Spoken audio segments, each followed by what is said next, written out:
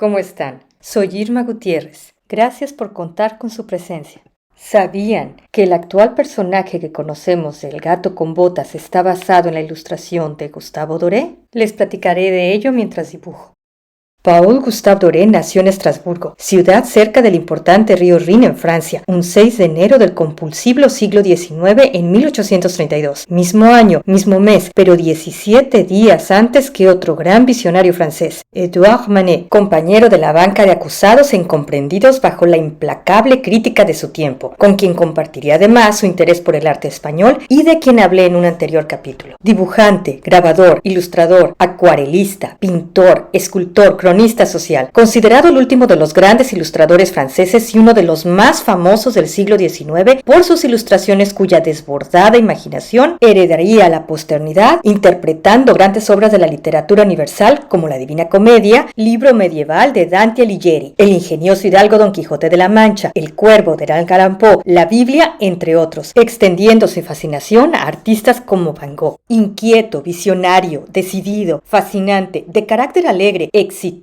autodidacta, exuberante. Sería el segundo hijo de 3 hermanos en una familia adinerada con talento musical. La mayor parte de sus ilustraciones se contarían durante la noche. Realizadas en blanco y negro, se decía que no podía percibir los colores, según recuerdan sus envidiosos. Su talento brillaría durante el romanticismo, movimiento artístico y literario donde se exaltaba el sentimiento en lugar a la razón, a través de un culto por la individualidad y originalidad. La valoración de la Edad Media y el Barroco, donde la fantasía y la naturaleza cobran gran importancia, capaz de reflejar el espíritu del artista, añorando constantemente un pasado lírico. El siglo XIX vería pasar los reinados de Victoria de Inglaterra, Isabel II de España, quien fuera destronada por la conocida Revolución Gloriosa, como la presidencia de Abraham Lincoln en Estados Unidos e Ignacio Comonfort en México. Legaría a la historia más de 10.000 grabados ilustrando más de 90 libros, 760 óleos sin contar caricaturas y acuarelas. Eternamente comprometido con su oficio, nunca se casaría, decisión que compartiría con el arquitecto catalán Antonio Gaudí, de quien hablé en un episodio anterior. Contaba con 5 años cuando sus primeros dibujos sorprenderían a sus padres. Durante su infancia, pretendía estar enfermo para quedarse en casa dibujando. Con una desbordada capacidad de observación, convertiría sus bizarros dibujos de exuberante fantasía en un lenguaje unificador de comunicación para las grandes masas, desdibujando con el vaivén de su lápiz creencias, culturas y periodos a través del tiempo. La fuerza de su imaginación conquistó los principales géneros de su tiempo, desde la religión a la sátira, siendo actualmente una innegable referencia en el mundo del cine y el cómic. Sumando más de 2000 años de historia cultural, el Rin, cuyo nombre de origen celta significa fluir, con su agua dulce cruza algunas ciudades en Francia, Alemania, Suiza, Austria, Liechtenstein y Países Bajos, habiendo visto navegar por siglos un incansable comercio. Protagonista además en el desarrollo económico, militar, turístico y el vital suministro de agua. Por sus aguas viajaron los admirados mármoles italianos junto a otros materiales que definirían admiradas construcciones como palacios y templos, testigos de la historia. Fue, en complicidad con el Danubio, otro importante río europeo y cuyo nombre inspiró el vals más famoso del mundo, el Danubio Azul, de Johann Strauss, frontera natural de los límites del poderoso Imperio Romano. El segundo vals, considerado más bello del mundo, Sobre las olas, es la expresión de la sensibilidad innata de su autor menospreciado, el compositor y músico mexicano Juventino Rosas, de quien hablé en un capítulo anterior. La sensibilidad de Doré con 8 años le llevaría a dibujar un cuento ilustrando 28 páginas en inspiración a otro. Al año siguiente, intentaría ilustrar el clásico medieval La Divina Comedia. Con 9 años, inmerso en la naturaleza, conoce los paisajes de Bourg, ciudad a donde le llevaría la profesión de su padre, ingeniero de caminos, develándole los montañosos escenarios de su obra. Los planes de convertirlo en un ingeniero serían borrados por la mano del destino, guiándolo al mundo del dibujo en la ilustración con la complicidad de su madre, su principal impulsora, de quien Doré mantuvo un estrecho vínculo toda su vida. De esa manera, estudiaría arte en esa ciudad, continuando en el Instituto Carlomagno de París, quienes supervisaron sus primeros pasos. Conocería en la capital francesa al director del Journal pour rire, o Diario de la Risa, de Jacques Philippot, quien le nombraría su colaborador a los 17 años. París lo envolvió con su aire bohemio durante una visita con sus padres. Según recuerda la historia, decidido, fingió enfermar una noche convenciendo a sus padres a continuar sus planes sin él. Tras realizar una serie de dibujos, se dirigió a la editorial de Philippot.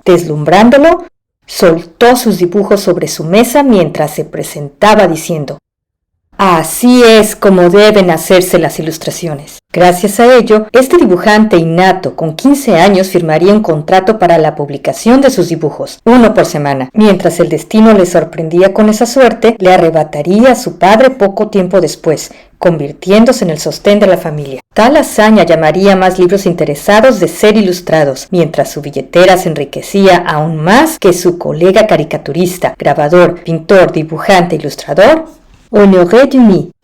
Uno de los más famosos artistas del realismo francés, quien a través de grabados se burlaba amablemente caricaturizando el gobierno, la burguesía, esa clase social privilegiada dedicada al comercio, finanzas y producción artesanal, entre otros personajes en revistas satíricas, llegando a obtener en 1832 un pase de bienvenida por 6 meses en la cárcel, situación que compartiría con José Guadalupe Posada, grabador mexicano, padre de la famosa calavera Catrina, por caricaturizar al gobernante don Porfirio, mientras Dumy haría lo mismo al rey Luis Felipe I, su Alteza Serenísima, conocido por múltiples apodos como el rey de los banqueros, quien bajo su reinado catapultó a la clase burguesa, para terminar abandonando Francia, refugiándose en Inglaterra hasta su muerte, mientras el sobrino de un gran emperador corso le sucedería en un periodo conocido como la Segunda República, Napoleón III. Para 1853 ilustraría algunas obras del controvertido, apasionado y revolucionario poeta inglés Lord Byron, innegable influencer en nuestros días, fallecido 29 años antes, cuyo famoso retrato al óleo vestido en traje de albanés en 1814 es conservado en la Embajada Británica de Atenas, mientras una copia permanece en la Galería Nacional de Retratos de Londres. El complacido espíritu de Byron le abriría las puertas para ilustrar las obras de otros grandes escritores de habla inglesa, entre ellos El Cuervo y su repetitiva frase «Nunca más», del misterioso Edgar Allan Poe, añadiéndose obras de François Rabelais, escritor, médico, pedagogo y humanista francés fallecido en 1553 durante el siglo XVI renacentista, catapultándolo al estrellato, llegando a cobrar aproximadamente 10,000 libras esterlinas anuales, unos $160,000. Mientras Edouard Manet en su particular trazo ilustraría el famoso poema de Edgar Allan Poe posterior a su primera publicación. Se decía que Doré mantenía lealmente afilados ambos extremos de su lápiz para dedicarle más tiempo al dibujo, mientras detestaba dibujar bajo la mirada curiosa de la gente. Considerado como uno de los padres fundadores del cómic francés, entre sus ilustraciones se cuentan los trabajos de Hércules y la historia de la Santa Rusia. Después de 1854 dejaría de dibujar cómics y 2 años más tarde dejaría la caricatura política. España lo recibiría en 1862 de la mano del barón Davilliers, coleccionista de arte y escritor, nieto de banquero, radicando algunos meses en Barcelona, dando luz al año siguiente a la publicación de una serie de crónicas sobre ese viaje acerca de Valencia, hoy devastada por la naturaleza, Galicia, Andalucía, Murcia, Granada y Madrid, entre otros. Estas crónicas serían incluidas en la colección Le Tour du Monde, La Vuelta al Mundo, reconocida revista de viajes, en su traducción al español como Viaje por España, célebre por las ilustraciones de Doré bajo la temática de la tauromaquia, tema compartido por Goya, Manet y Picasso en su momento, incluyendo ilustraciones de lugares con sus monumentos y personajes populares. Davilliers, de quien su casa permanecía abierta a numerosos bohemios representados en artistas, poetas y músicos, mientras escribía sobre ellos. Al fallecer, legaría parte de su colección de obras de arte a la Biblioteca Nacional de Francia y a otros museos importantes del país. Recordemos que el artista intelectual bohemio se aleja de las normas y convenciones sociales, viviendo una vida sencilla y escandalosa a lo lejos de una sociedad almidonadamente estricta y secretamente celosa.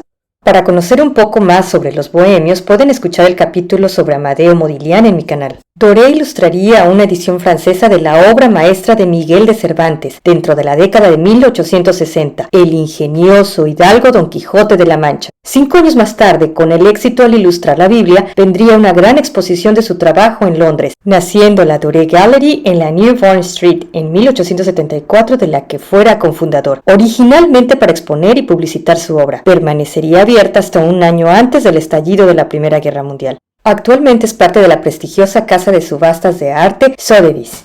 Como cronista social, describiría un oscuro Londres que permanecería en el imaginativo colectivo hasta nuestros días. Para 1869 trabajaría junto al escritor Blanchard-Giraud, produciendo un retrato completo de Londres, firmando un contrato por 5 años con la editorial Grant & Company, produciéndose en 1872 y constando con 180 grabados. Un dulce éxito comercial, pero agrio al gusto de los críticos al develar la innegable realidad de un Londres obscuro consumido por la pobreza, elogiándolo con acusaciones y denuncias como cronista social, llegando a ser considerado como fantasioso más que ilustrador. El destino respondería con más encargos por los editores ingleses, como Paraíso Perdido de John Milton. La famosa ilustración realizada por Doré sobre la cárcel del Newgate londinense, El patio de ejercicios, impactaría a un Vincent Van Gogh en 1890, quien la copiaría y pintaría en el manicomio de Saint-Rémy, 7 años después de la muerte del grabador.